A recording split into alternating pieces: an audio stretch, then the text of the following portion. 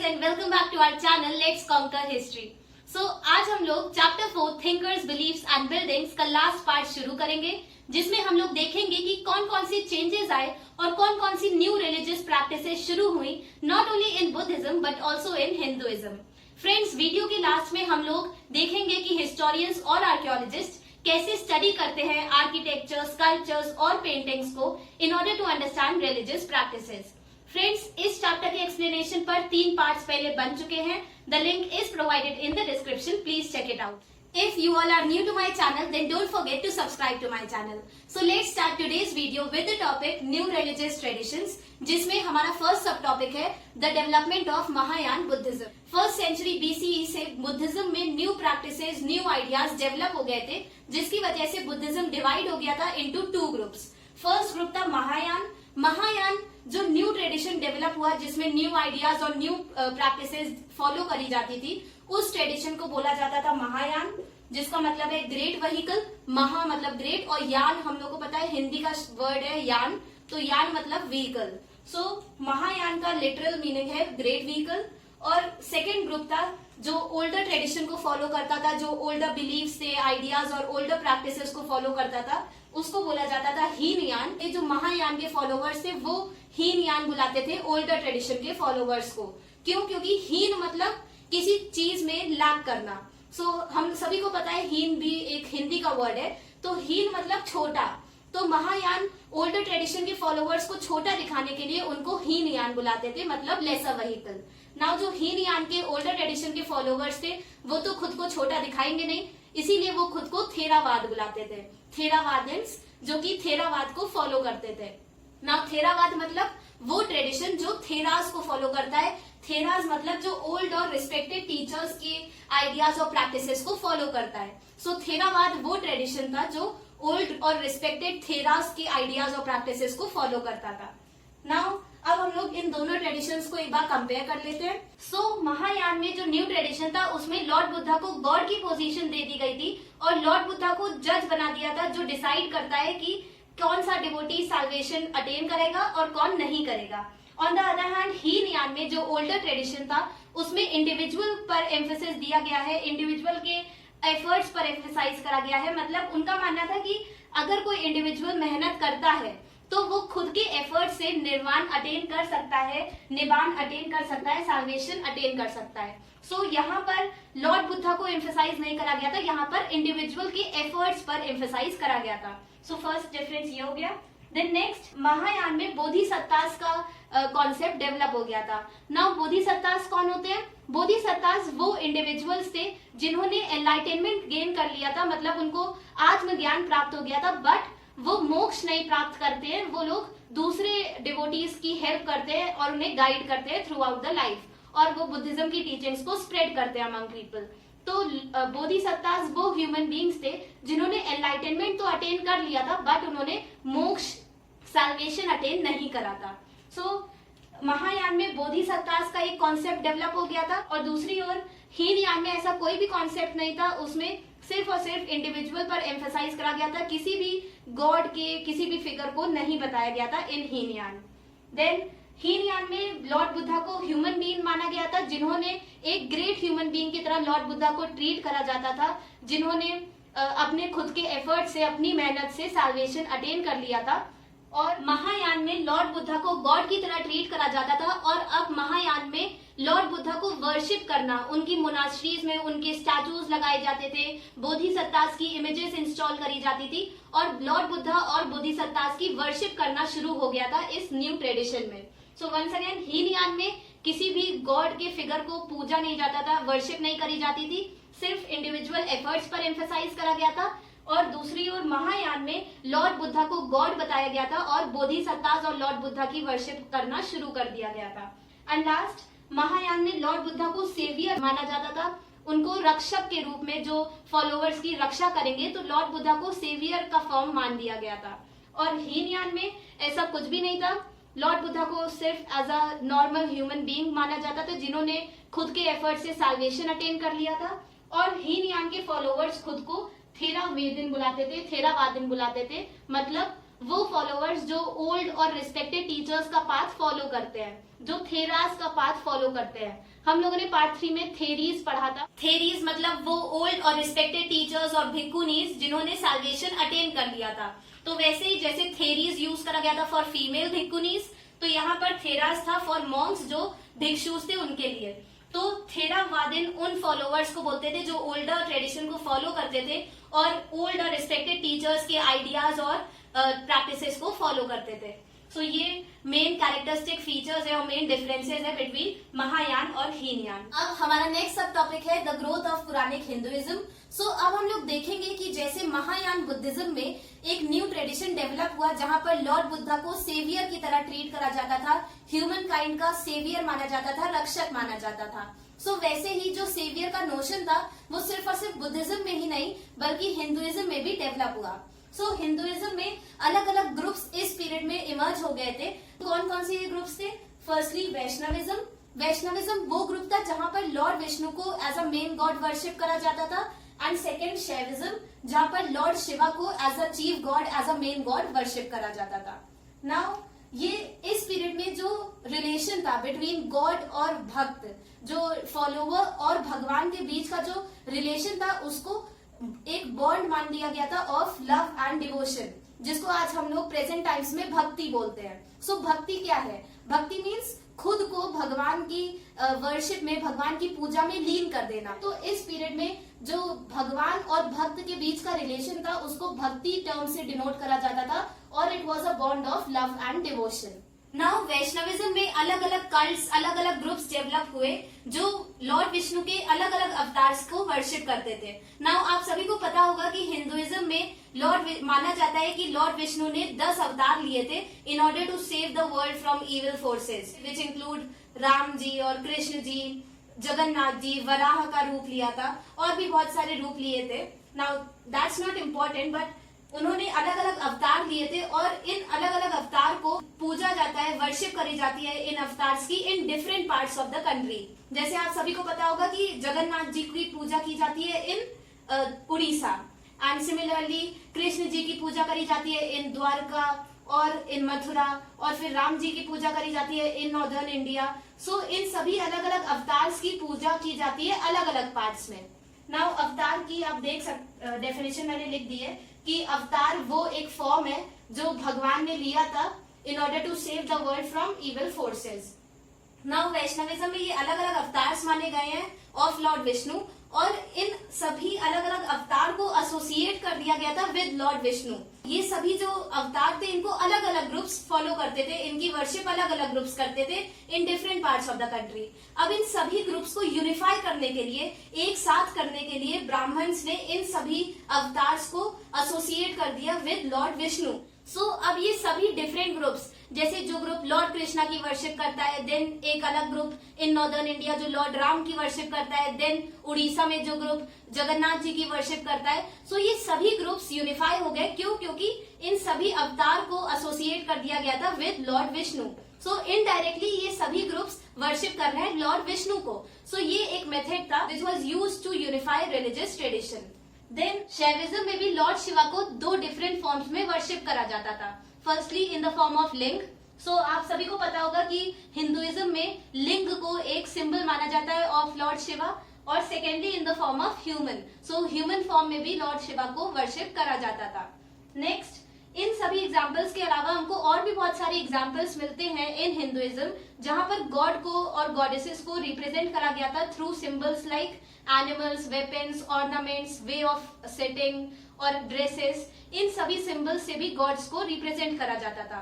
For example, आप सभी को पता होगा कि सुदर्शन चक्र जो एक वेपन है उसको एसोसिएट करा गया है विद लॉर्ड विष्णु। सिमिलरली गदा को एसोसिएट करा गया है विद लॉर्ड हनुमान। सो ये सभी एग्जाम्पल्स हमको दिखाते हैं कि एक बहुत ही complex set of ideas exist करता था within Hinduism in order to represent God and their attributes. मतलब भगवान और उनके जो एट्रीब्यूट्स थे, उनकी जो कैरेक्टरिस्टिक फीचर्स थे, उनको रिप्रेजेंट करने के लिए बहुत ही complex set of idea exist करता था विद इन हिंदुइज्म। नाउ इन सभी स्कल्पचर्स को, इन सभी सिंबल्स को समझने के लिए ये जरूरी है कि हिस्टोरियंस को जो भी स्टोरीज एग्जिस्ट करती थी related to god and goddesses within Hinduism, उनको जानना जरूरी हो जाता है बाय हिस्टोरियंस, क्योंकि जब तक ये कहानियां नहीं जानेंगे हिस्टोरियंस तब तक वो इन स्कल्पचर्स, इन सिंबल्स को समझ नहीं सकते। नाउ ये स्टोरीज कहाँ पर लिखी गई थी? They were written in Purana and other Brahmanical text. माना जाता है कि 18 पुराण लिखे गए थे इन हिंदुइज्म। सो इन पुराण को लिखा था बाय ब्राह्मणास। सो ब्राह्मण्स ने लिखा था इन पुराण को, और कब लिखा था? During mid first millennium CE. और इन पुराण में अलग अलग स्टोरीज को कंपाइल करा गया है related to god and goddesses, और इसको लिखा गया था इन इजी संस्कृत। मतलब हम लोगों ने चैप्टर 2 में देखा था कि वेद, जो 4 वेद लिखे गए थे, वो वेद लिखे गए थे इन अ वेरी डिफिकल्ट संस्कृत जो सिर्फ ब्राह्मणास समझ सकते थे। बट देन महाभारत को इजियर संस्कृत में लिखा गया था।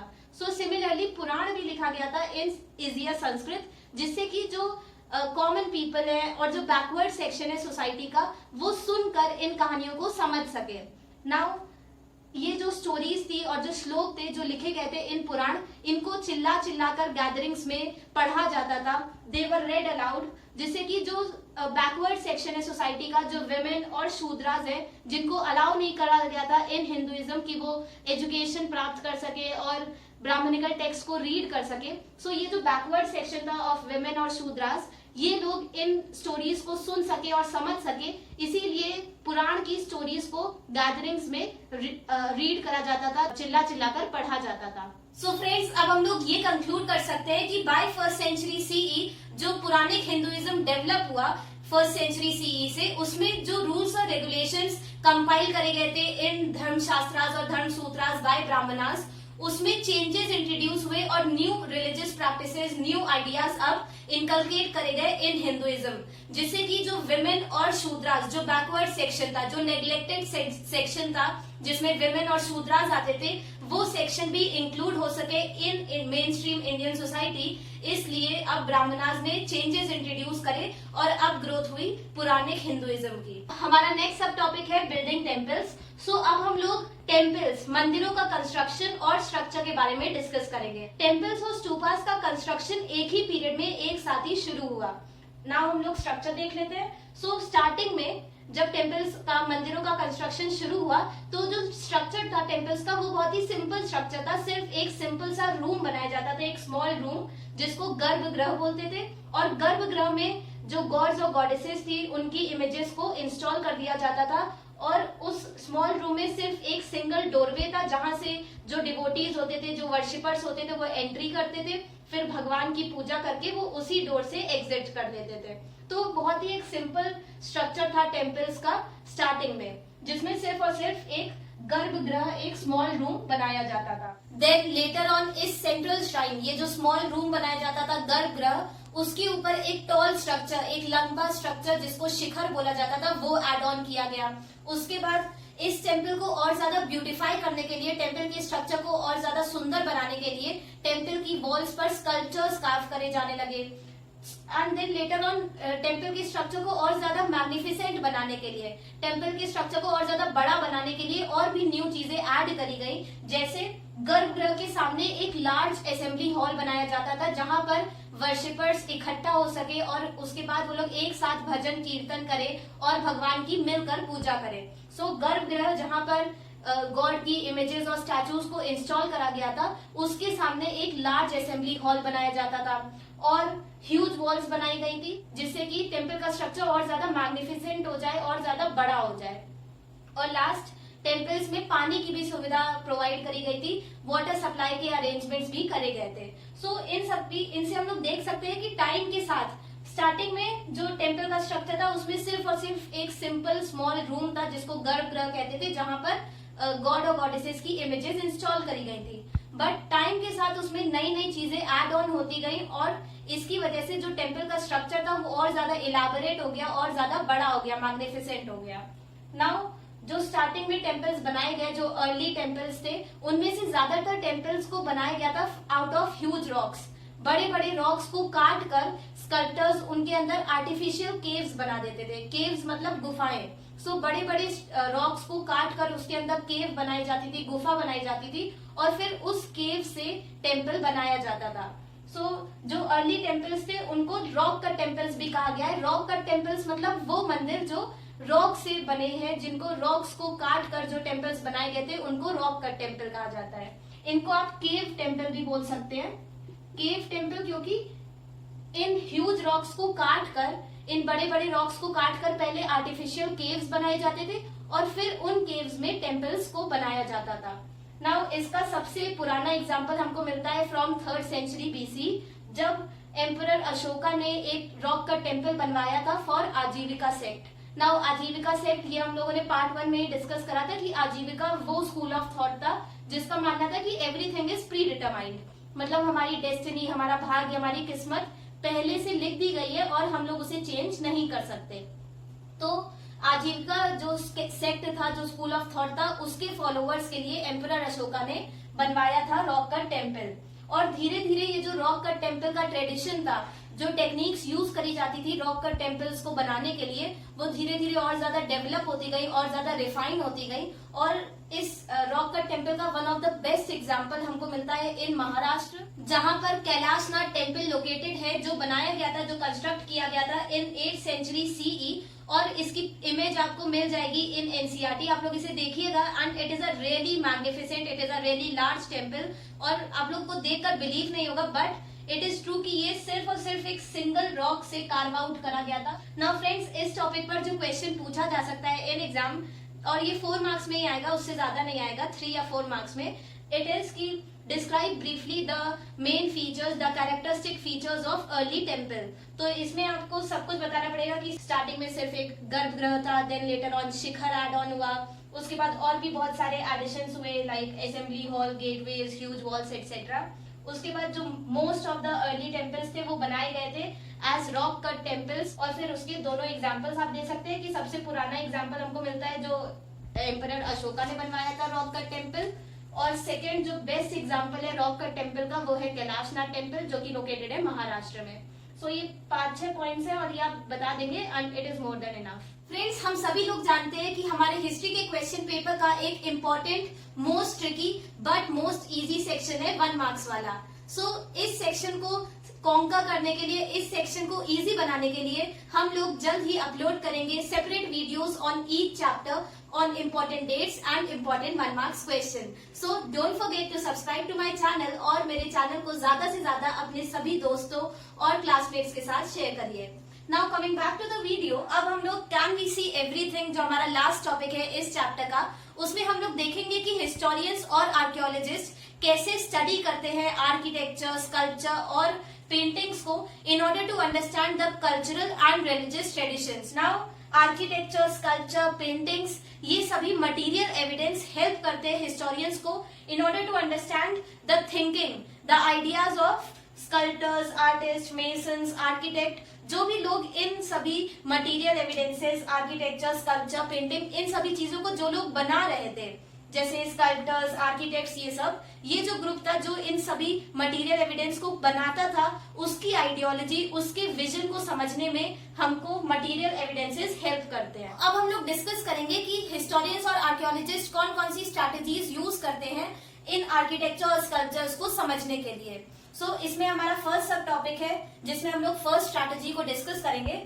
तो हमारा फर्स्ट सब टॉपिक है ग्रैपलिंग विद द अनफेमिलियर, जिसमें हम लोग देखेंगे कि जो यूरोपियन हिस्टोरियंस थे, जब उन लोगों ने देखा जो इंडियन गॉड्स और गॉडेसेस के स्कल्पचर्स और स्टैचूज बनाए गए थे और इंस्टॉल करे गए थे एट टेम्पल्स, जब उन सभी पिक्चर्स, इमेजेस और स्टैचूज को देखा हिस्टोरियंस ने, तो वो उन सभी स्टैचूज को देखकर डर गए। क्योंकि आप सभी को पता है कि जो भी हिंदुइज्म में गॉड्स और गॉडेसेस हैं, उनके बहुत सारे मल्टीपल आर्म्स दिखाए गए हैं और बहुत सारे ऐसे फिगर्स हैं गॉड्स और गॉडेसेस के जहां पर वो लोग वेपन्स को लिए हुए हैं हाथ में। तो ऐसे सीन्स को, ऐसे फिगर्स को देखकर यूरोपियंस डर गए और उन्हें समझ नहीं आया कि जो भी स्कल्पटर था जिसने बनाया इन फिगर को, वो क्या दिखाना चाहता है इन स्कल्पचर से। तो क्योंकि वो लोग इंडियन जो हिंदुइज्म की स्टोरीज थी उनसे अनफेमिलियर थे, हिंदुइज्म को जानते नहीं थे, इसलिए उनके लिए मुश्किल था इन स्कल्पचर्स को समझना।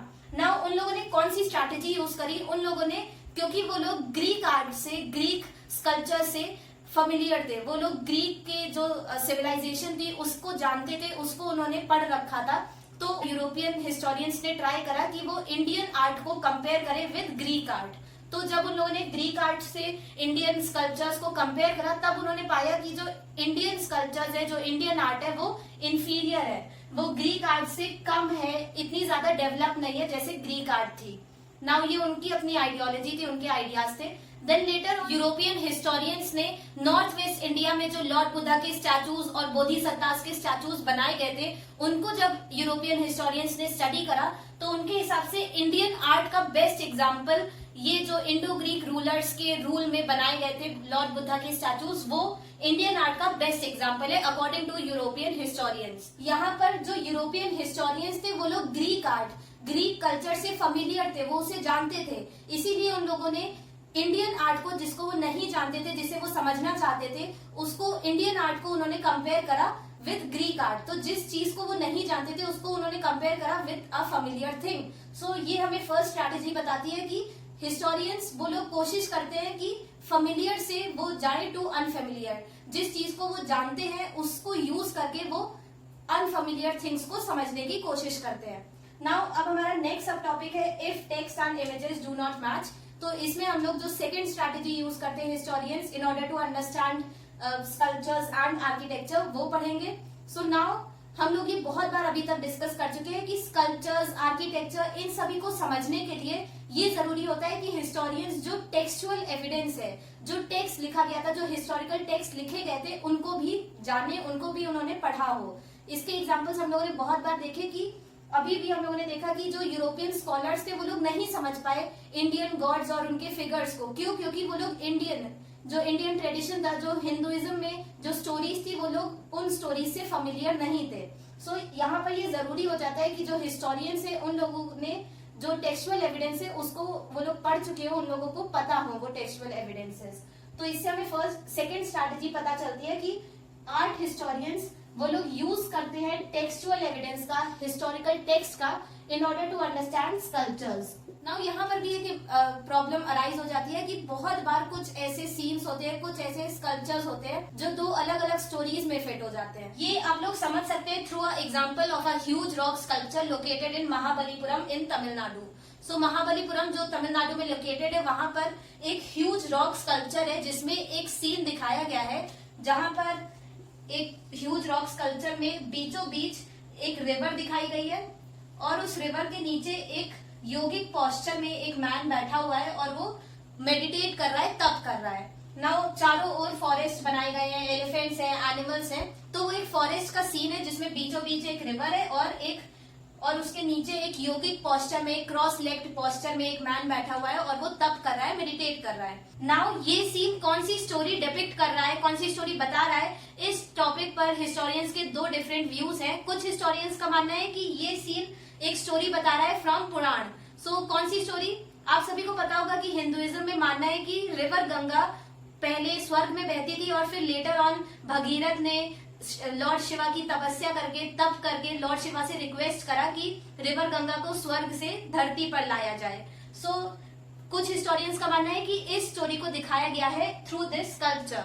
नाउ एक दूसरा ग्रुप है हिस्टोरियंस का, उसका मानना है कि ये सीन दिखा रहा है स्टोरी फ्रॉम महाभारत, जहां पर ये जो योगिक फिगर है ये अर्जुन का फिगर है और जहां पर बताया गया है कि अर्जुन नदी किनारे बैठकर तप करते हैं in order to gain weapon. So ये दिखाता है कि एक ही सीन दो डिफरेंट स्टोरीज में फिट बैठ रहा है, दो डिफरेंट स्टोरीज से रिलेट कर रहा है। तो इससे आप लोग समझ सकते हैं कि हिस्टोरियंस कौन कौन सी मुश्किलें फेस करते हैं while studying architecture, sculptures and paintings, क्योंकि 2000 साल, 3000 साल, इतने हजारों साल पहले बनाए गए ये स्टूपास, टेम्पल, स्कल्पचर्स, इन सबको समझना और कौन से आइडियाज, क्या विजन था उन लोगों का जिन्होंने ये बनाया, इस बात को समझना ये बहुत ही मुश्किल टास्क है, डिफिकल्ट टास्क है। सो ये कुछ लिमिटेशंस फेस करते हैं historians while studying sculptures and architecture. Overall अगर हम लोग देखें तो हम लोगों ने इस टॉपिक में दो स्ट्रैटेजीज देखी। फर्स्टली हिस्टोरियंस ने इंडियन आर्ट को ग्रीक आर्ट से कंपेयर करा और उससे उन्होंने पाया कि इंडियन आर्ट इंफीरियर थी as compare to Greek art. और सेकेंडली हिस्टोरियंस स्कल्पचर्स को समझने के लिए टेक्सचुअल एविडेंसेस, जो हिस्टोरिकल टेक्स्ट लिखे गए थे, उनको यूज करते हैं। सो इसी के साथ ये हमारा टॉपिक पूरा कवर होता है और चैप्टर 4 भी कंप्लीट होता है। बिफोर एंडिंग दिस वीडियो मैं आप सभी को इस चैप्टर पर बेस्ड एक प्रैक्टिस क्वेश्चन देने जा रही हूँ जिसका ideal answer I post it in the comment section, you all can check it out. So the question is, explain how Buddhism grew rapidly both during and after the lifetime of Buddha. So इसमें आप लोग जो भी हम लोगों ने spread of Buddhism में points cover करे थे उनको इलाबरेटली डिफाइन करेंगे. इसका ideal answer I posted in the comment section. But friends आप लोग पहले इसे खुद लिखने की भी कोशिश करिएगा. फ्रेंड्स अगर आपको मेरी वीडियो पसंद आती है then don't forget to like my video. अगर किसी रीजन की वजह से आपको मेरी वीडियोस पसंद नहीं आती है then please tell the reason through your comments. It will help me to improve my videos. Don't forget to subscribe to my channel and share my channel with all your friends and classmates. Remaining chapters will be uploaded soon. Till then, bye bye.